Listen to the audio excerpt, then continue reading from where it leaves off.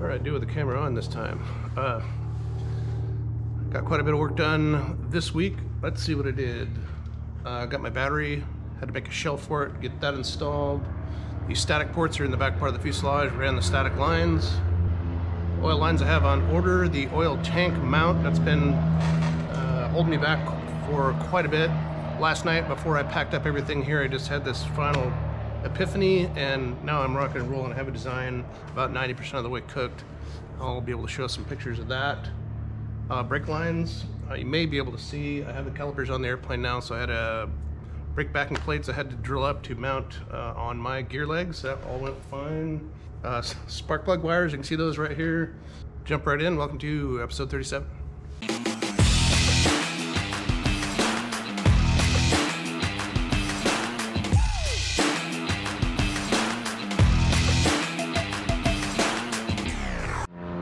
Right before I left to come out here today, I got an order from SendCutSend, and this is the instrument panel. So funny story about this, I ordered 2 of these, and the reason is because I was probably going to screw one up, and it's not a whole lot more money to order a second one as opposed to if I messed one up and had to order one, pay shipping and all that stuff. So I ordered a pair of them. Now, of course, within an hour of placing my order, and that was all locked in, I changed my mind on some of the stuff, but I decided to just proceed on and make sure that everything fit. For example, the holes in the bottom, they bent the flange the right direction, and the general quality, and I'm happy to say it lines up perfect. So similar to a cooking show, this is panel as it sits right now, and when I got it out and I was thinking about how many changes I made between the time I ordered it and what's in my CAD model right now, the differences aren't extreme. I have a 4th indicator light over here, which I may or may not continue on with, and I think I cramped these switches a little bit closer to the bottom, and that's about it. So really I could probably live with this panel just the way it is. So for new, real quick like, these are MGL MX1 displays, and the toggle switches, these are space shuttle switch guards. These indicator lights will be for battery fault, charge system fault, either over or under volt, and starter engaged. And the 4th one that I'm thinking about is a low oil pressure light, because the oil pressure switch I'm going to buy has that capacity. But you'll see I have holes here for the nut plates which are going to go on. So I have the nut plates, I made sure that everything fits, and on the final version I'll have to countersink these outer holes and squeeze the rivets. One thing I didn't include, which I probably would if I was to have another set of these cut, which would be to drill the holes for the pieces of rail that Kitfox says you mount on the back side. Most of the mistakes I'm going to describe in this episode I've already recovered from, and I have the parts sitting down here, so we'll catch up in the end. There were several things that showed up when I was gone. One of them is this EarthX battery. This is the ETX 900. Should be sufficient size for what I need. This is that long CAN bus cable I needed to hook my magnetometer up and get it through the rear wing spar. So one of the first things I got out of the boxes before I came down here was these 4-gauge wires I had made by B&C. B&C responded super quick, shipped my package within 24 hours. That's cutting the cables and crimping them and everything, plus the other forested tabs I had for the other side. Yes, all this stuff is loose right now. I decided to leave every one of them loose, come back and tighten them all up later in sequence from the starter terminals back to the battery. But along the way I learned something, which was that this starter contactor is not something I need. I did get the other forested tabs, and I mounted the short ground cable that I was going to mount on this side. So that just goes through the firewall, and this is also loose. And this right here is the battery tray that I ordered from EarthX at the same time I got the battery.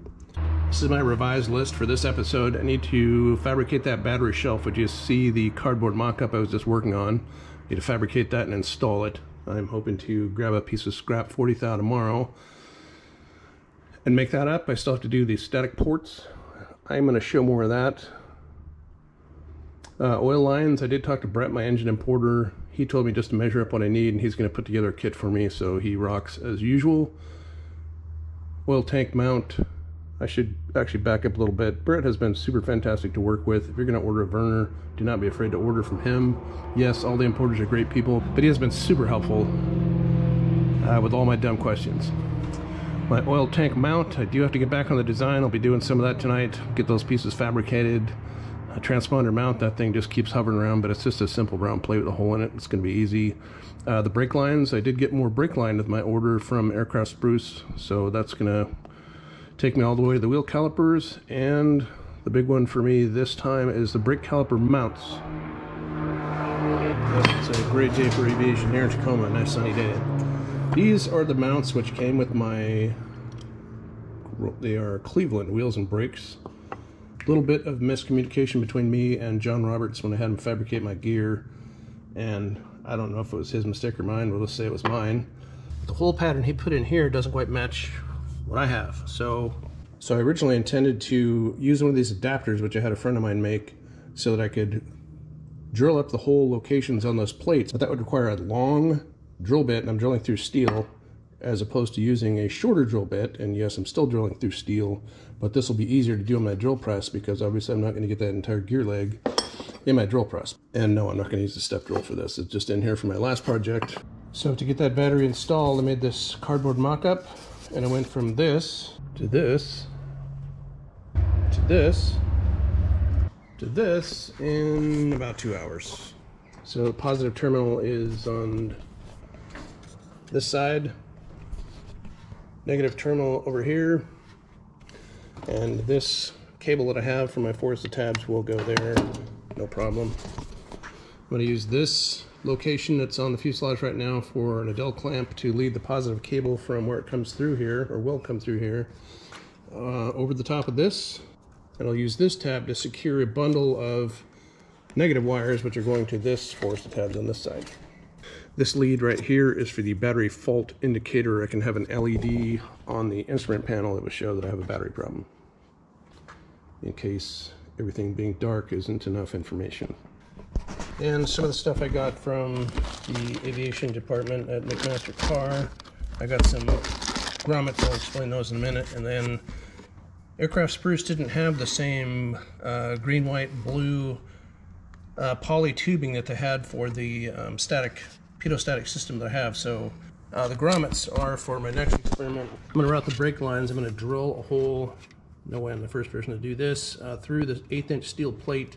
It's part of the main gear assembly. It's going to come out right here behind this main gear leg, the forward one of the two, and I'll run the brake line down. Working on getting these static lines installed today, and these 2 static ports, one on each side of the aft fuselage. Instructions I'd seen on the forum previously said to do a 2-inch round circle out of 16 thou. Some people used a little bit thicker. This is 16 thou, and I just decided to go with a rectangle because frankly it's easier to fabricate. I was able to use my airport neighbor shear, make some good rectangles, then my circle template, map out some radius corners, 10 snips to get them pretty close, sand it to the line. This is the, I'm trying not to touch it too much because my hands are dirty. I'm gonna have to clean these up with acetone now. I've run a random orbit Scotch-Brite over it. That's one of the 2 ports. They get bonded to the inside, not riveted. It says you can rivet them, but I'm not going to. So a little while ago I got out the white line, which is the static, the way they intended to do that. I ran it up the same piece of PAX conduit as the wires for the rear of the airplane, so I'm keeping that clean. Then I mounted this T to the bottom of the fuselage. That Adele clamp fits between the tube that runs up the center of the fuselage, kind of an air gap there. Again, trying not to touch anything because we've got dirty hands, but then I'm going to go from those 2 locations, one on either side. This line's already pushed in place.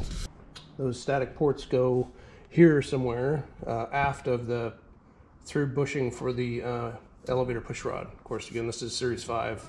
Anyway, so the Sky Star instructions called for, I think, 2.5 inches up, and now the Kitfox instructions called for 4.5 inches up, so I'll figure out where those rectangles are going to go. I'm going to clean them up with acetone, take them home, use some primer. I'm probably not going to burn one of my cans of the 2-part primer, unless I can think of some other things that need primering out of the same can.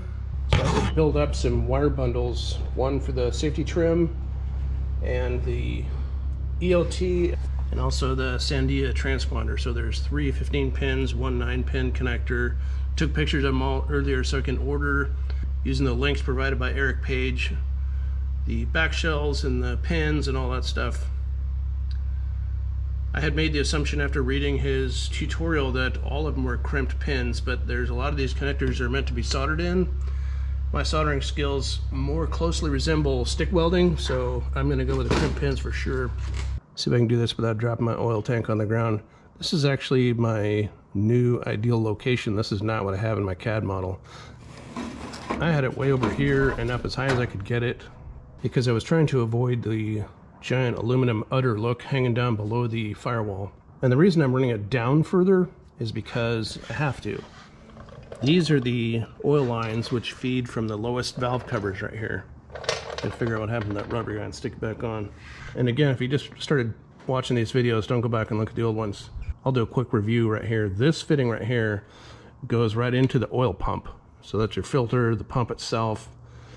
And so this sucks oil out of this fitting right here, which has a tube which goes all the way to the low point in the tank.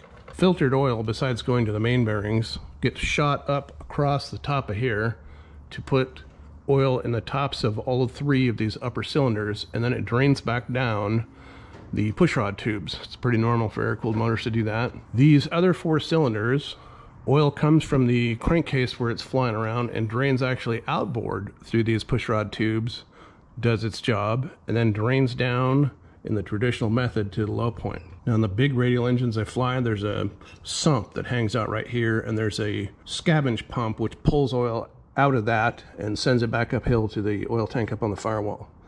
But in this case, everything is gravity back to the tank. So again, this line right here goes to here, or the other side. You could cross them over, and I might do that. This one, anyway, you get the idea.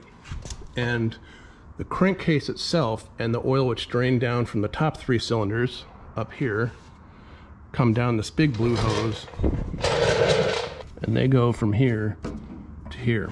My 3/8 aluminum tubing came, but I gave up on it pretty quick. I did come up with some nice 180-degree bends, and I could do the flared fitting, but I couldn't make one that was going to fit inside of here, and I kind of figured that was going to happen before the stuff even showed up.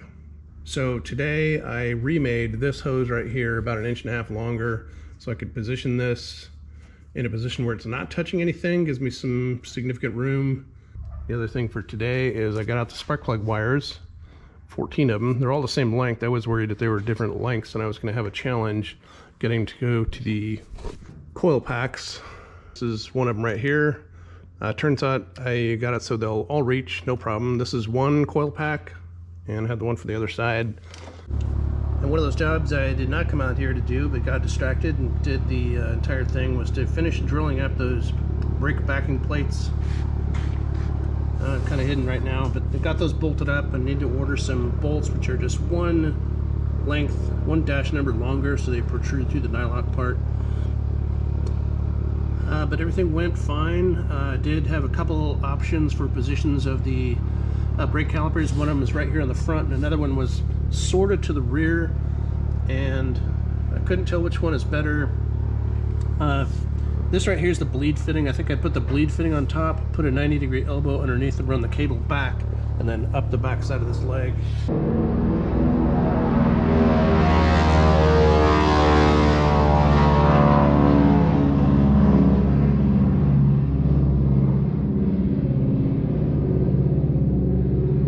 Somebody's out doing it right.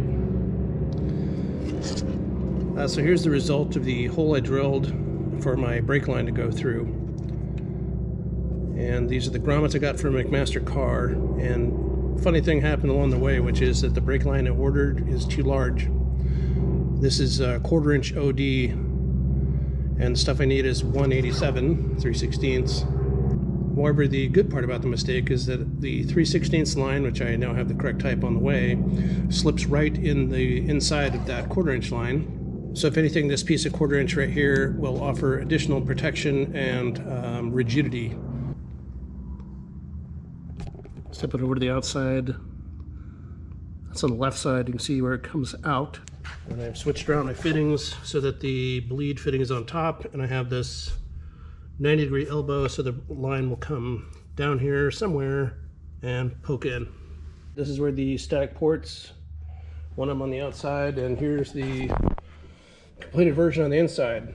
And before, where I had visualized running this elbow to the rear and then making it into the T-fitting back here. That might have worked, but then I started thinking about what happens when I get water building up in here. So I tried one version where these lines went from here to the opposite side. They crossed to the middle. To this version right here, I still have to secure it up here somehow, probably just a zip tie. But I'm pretty happy with the way that came out. I started out my morning today trying to create a bracket which would hold the throttle cable housing and the mixture cable housing so that it had a good run to the levers on top of the throttle body and on the bottom. I started at home in SolidWorks and I made a paper doll which I had intended to mount on this stud and that one over there, and it would have worked to mount the bracket for the throttle cable, but I don't know if it'll be immediately obvious. I couldn't do the same for underneath here because there's no way I could get into this gap and still have something that would hook around and onto those studs. So I went back to one of my original theories, which was going to be to pick up this top and this bottom and make a bracket which would do both the throttle and the mixture. And normally where I use a piece of cardboard to do shelves like this, they're pretty simple as a mock-up, and then I transfer it to metal. This one required quite a bit more work. And this is what I ended up spending all day on. And the only reason I have riveted on pieces is because I didn't start with a big enough piece of sheet metal. So this is it right side up, and I'll hopefully show how this works.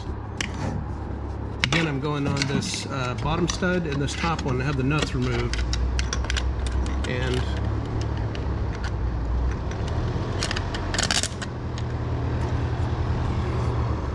these are not the nuts and washers that go on here. I ended up zip tying those up here so they didn't get lost. I wanted something I could just spin onto my fingers.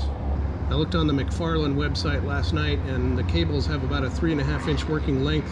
This is just over 3 inches, so that's well within the scope of the cable. Because the throttle lever on top here, obviously it's in a arc motion, but you can see how it's a pretty decent straight shot, and that one should work. This one sits closer to the firewall because that lever is closer to the firewall, and it's also further away. And so obviously the limitation is my scrap that I was working with today is 16 thou aluminum. No way is that going to be rigid enough. So now what I'm going to do is go back to SolidWorks, take all the dimensions off of here. I won't be riveting them on. I'll just have some break form flanges, and I'll make it out of 80 thousandths aluminum, which should be plenty rigid for this job. So yesterday I threw the prop back on. Turns out I got some bad advice on these washers. He had me flip them around so that these small serrated edges faced each other. I looked at the instructions, which came with the Sentinich prop, and it showed him with the larger serrations facing each other. And I went online and I looked at the company that makes them. Of course, I'm drawing a blank on their name right now, but and they showed him this is the proper orientation. So pretty cool set of washers. One thing I did notice, I was torquing everything per the manual instructions. I looked at the Kitfox manual and what it says to torque AN6 hardware to, and I think it said 160 to 190 inch-pounds. And I looked in the Sentinich, and it's directing me to torque them to more like 360 inch-pounds. So needless to say, they're at 180 inch-pounds right now, and they're going to stay there until I learn more information to make sure there wasn't a typo in the Sentinich instructions. And these aren't, as I talked about several episodes ago, these are not AN6 hardware. This is grade 8 bolts, so they're probably stronger, but I also want to make sure I don't tear the guts out of my aluminum prop hub. They're steel inserts, but still. And also want to make sure I don't crush the blades, but all of this stuff was from Sentinich, so if they want 360, that's what they'll get. A couple other things I completely overlooked. This is where my oil pressure sender unit comes out. According to my manual, this is an M10 by 1. Where an oil pressure sensor, I'm going to take this off and put an oil pressure sensor on here. It's going to be one that has 2 different wires. One is to actually give the value of the oil pressure, so for the oil pressure gauge, and the other one, once it drops below a certain threshold, I think it was around 8 psi, light would come on, so I'm going to have that light. The other thing I had overlooked was that I need a fuel pressure indication. So I did just find looks very similar to this right here. It's just an AN6 It's kind of an extension. It'll go from that AN6 fitting into this one, and then it has a T for an 1/8 inch NPT where I'll be able to mount a fuel pressure sensor. So hopefully that works. And then I have been studying the MGL RDAC manual for how to hook everything up and trying to figure out how I'm going to calibrate all this stuff. And it's been pretty helpful. See if I can do a hasty job at describing how I'm going to hold that oil tank. I'm going to create a V-block out of nylon that sits in here, and then I'm going to lock over the top of these tubes so that nothing's going to scratch it up, but I'm going to suspend the oil tank from here. It's still going to have a pair of number 3 holes through the lower firewall, but they're really just going to be to stabilize it. And then I'm going to use a few, this is from the Seriously Overkill department, turnbuckles to restrain the tank. I'm basically going to hold it by the center. I'll show my CAD image here because it's going to make more sense. That top bolt runs right across the middle, and I'll hold it both fore and aft, and then restrain it against here. Probably add some other kind of redundant support. But at this point, it's time for me to pack up. Did get some other stuff, but I'll have to wait till the next episode. Really pleased with that instrument panel, or a pair of instrument panels I got from SendCutSend. The next episode, I'll have that piece for the throttle and mixture cable, and I'll also have throttle and mixture cables. I called McFarlane yesterday. They were supposed to call me back. They didn't do that quite yet, so that'll get done. But I know exactly what I'm doing for the cables now. They use their combination push-pull vernier adjust, kind of a neat trick. Anyway, that's it. See you next time.